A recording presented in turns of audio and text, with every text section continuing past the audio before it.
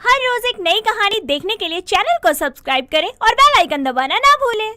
रजनी एक बहुत ही भोली किस्म की लड़की थी, जिससे जो कोई भी कुछ करने के लिए बोलता वो वैसा ही कर दिया करती।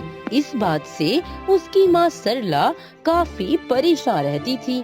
ऐसे ही एक रोज अरे रजनी बेटा, मैंने ऊपर कुछ कपड़े सूखने के लिए रखे थे, जरा ऊपर से सारे कपड़े उतार कर तो ले आ। ठीक है माँ, अभी लाई। रजनी ऊपर जाकर सारे कपड़े उतार लेती है, यहाँ तक कि उसके ऊपर वाले कमरे के भी वो सारे कपड़े उतार कर नीचे अपनी माँ के सामने रख देती है, जिस पर सरला अपना सर पटक कर उससे बोलती है। अरे मेरी माँ, मैंने तार पर सूखे कपड़े बोले थे, ना कि पूरे घर के। अरे माँ, आपने ही तो बोला था सारे सूखे कपड़े ले आ, तो मैं ले आई। रजनी की ये बेवकूफी और भोलापन देख सरला को कुछ समझ ही नहीं आता और वो हर टाइम उसके उज्जवल भविष्य के बारे में ही सोचती रहती। ऐसे ही एक दिन रजनी के लिए रोहन नाम के एक बहुत अच्छे लड़के का रिश्ता आता है, जिसे देखते ही सरला को रोहन पसंद आ जाता है और वो रोहन को घर बुलाती है, जहाँ रोहन अपनी माँ रेवती के साथ रजनी को देखने के लिए आता है। रजनी उनके लिए हाथों में चाय नाश्ता लेकर आती है और रेवती के पैर छूती है। ये सब देखते ही रेवती को रजनी पसंद आ जाती है और रेवती बोलती है, अरे बहन जी, आपने अपनी बेटी को बहुत ही अच्छे संस्कार और गुण दिए हैं, वरना आजकल की लड़कियां बड़ों का आदर करना तो मानो भूल ही गई हो। ये तो है बहन जी, हमारी रजनी बहुत ही भोली और संस्कारी है। आप सभी से विनती है, शादी के बाद मेरी बेटी का ख्याल रखिएगा। बिल्कुल बहन जी, हम आपकी रजनी का बिल्कुल अपनी बेटी की तरह ख्याल रखेंगे। हाँ। दोनों की फैमिली आपस में बात कर रिश्ता पक्का कर देती हैं और कुछ ही दिनों में दोनों की शादी हो जाती है। शादी के बाद भी रजनी वैसे के वैसे ही भोली मासूम रहती है और वो अपनी इस मासूमियत के साथ अपने ससुराल की सारी जिम्मेदारियां उठा लेती है। और एक दिन रोहन उसके करीब आने की कोशिश करता है और उसको अपनी बाहों में भरकर कुछ रोमांटिक बातें करता है। रजनी यार, तुम इतनी प्यारी हो कि दिल करता है तुम्हें अपने पास रखूं और एक दिन खा जाऊं। अगर मुझे पता होता या कि आप मुझे मारना चाहते हैं तो मैं आपसे शादी ही नहीं करती। मैं अभी ये बात जाकर माँ को बताती हूँ। रुक जाइए आप। बस बहुत हुआ, कहीं नहीं जाओगी तुम। अरे मैं तुम्हारा पति हूँ और जो तुम समझ रही हो ना, वो मैं नहीं बोल रहा था। इतना बोल रोहन रजनी को किस करता है, पर रजनी उसको खुद से दूर कर वहाँ से रोते हुए चली जाती है और रसोई में जाकर काम करने लगती है। कुछ समय बाद सब खाना खाने के लिए बैठते हैं, जहाँ पर रोहन इशारों में कान पकड़कर रजनी से माफी मांगता है, पर रजनी उसको इग्नोर कर देती है और वो सबको खाना देती है, जिसे खाकर रेवती रजनी से बोल पड़ती है। अरे बहू, ये दाल कैसी बनाई है, इसमें तो नमक ही नहीं है, और ये रोटी, हे भगवान, कितनी है छोटी। जा थोड़ी बड़ी रोटी बना और जरा सा नमक भी ले आ। जी माँ जी।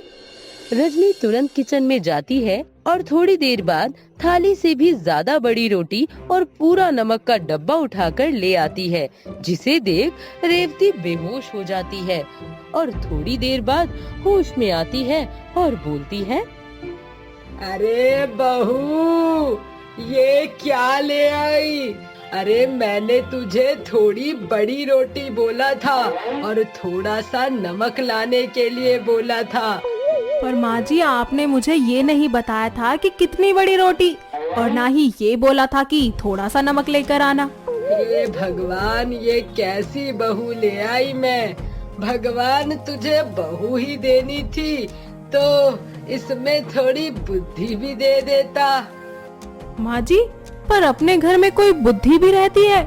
कहाँ है वो? चलिए साथ में ढूंढते हैं। रजनी थोड़ी देर अपना मुंह बंद रख सकती हो? माँ आप अपने कमरे में जाओ।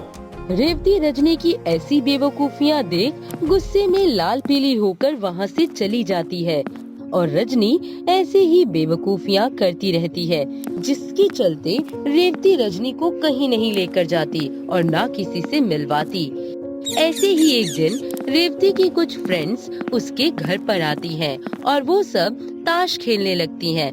तभी वहाँ रजनी उनके लिए शरबत लेकर आती है, जिस पर उसकी एक फ्रेंड बोलती है, रजनी तेरी बहू तो बहुत सुंदर और संस्कारी से। आ बेटा तू भी मारी गेला खेल ले।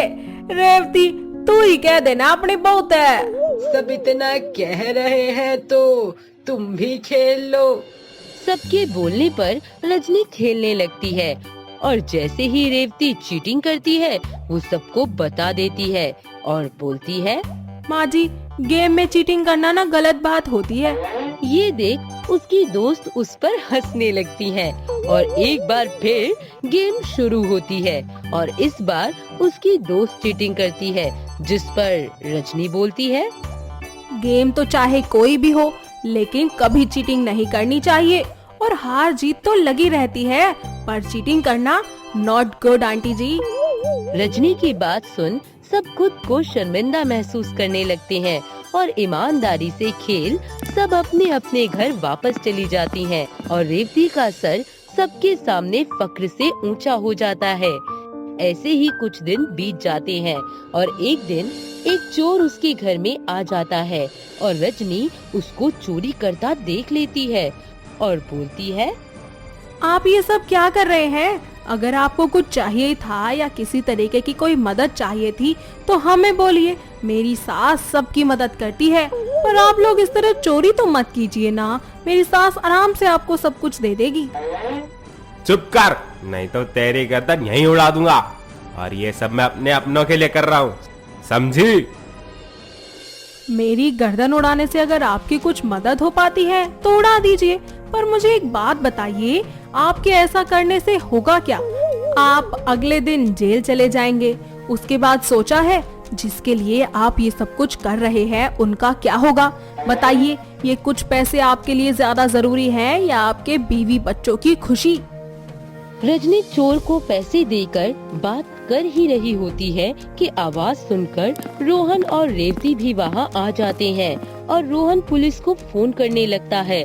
तभी रजनी अपने पति के हाथ से फोन ले लेती है और चोर उनसे माफी मांगने लगता है और बोलता है, मैडम आज आपकी वजह से मेरी आंखें खुल गई।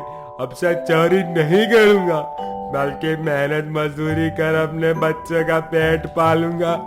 आप मुझे माफ कर दीजिए। ये सब देख रजनी और उसके घर वाले उस चोर को माफ कर देते हैं और रजनी उसको कुछ पैसे देकर वहाँ से जाने देती है और एक बार फिर रेवती रजनी पर फक्र करती है और बोलती है, अरे तुझ जैसी बहू सबको मिले।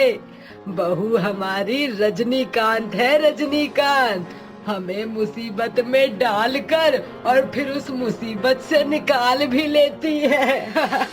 रजनी के घर में सब ठीक हो जाता है, पर रजनी अभी भी अपनी हरकतों से बाज नहीं आती और आए दिन वो कुछ ना कुछ ऐसी गलतियां करती ही रहती जिस पर उसकी सास का बीपी लो हो जाता।